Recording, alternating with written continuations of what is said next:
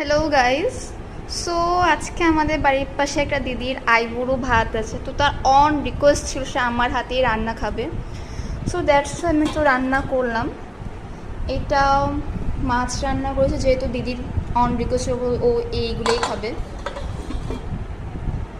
আর এটা যে মাছের মাথা ছিল ওইটা মুগ ডাল দিয়ে একটু ঘন্ট টাইপের রান্না করলাম।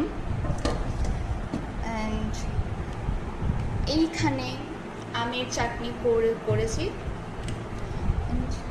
এখানে হালকা ভাজা ভুজো আছে, তোমার ওই বেগুন ভাজা, ভেন্ডি ভাজা, কাঁকরোল অ্যান্ড পটল ভাজা। এখন আপাতত সব স্টিলের প্লেটে আছে, যখন দিদি আসবে তখন কাঁচের প্লেট বের করবো আর কি। আর এইটা লক্ষ্মী আন্টি রান্না করেছে, চিকেন রান্না। এর চিকেনটা দেখতে মজাই লাগছে। তো আমি একটু নার্ভাস, হালকা পাতলা রান্না করলাম কি করলাম না, তবে লক্ষ্মী আন্টিকে টেস্ট করিয়েছি আমি, লবণ সব ঠিকই আছে। তো অল থো এ সেট, এবার দেখা যাক কি হয়, আমি জানি না।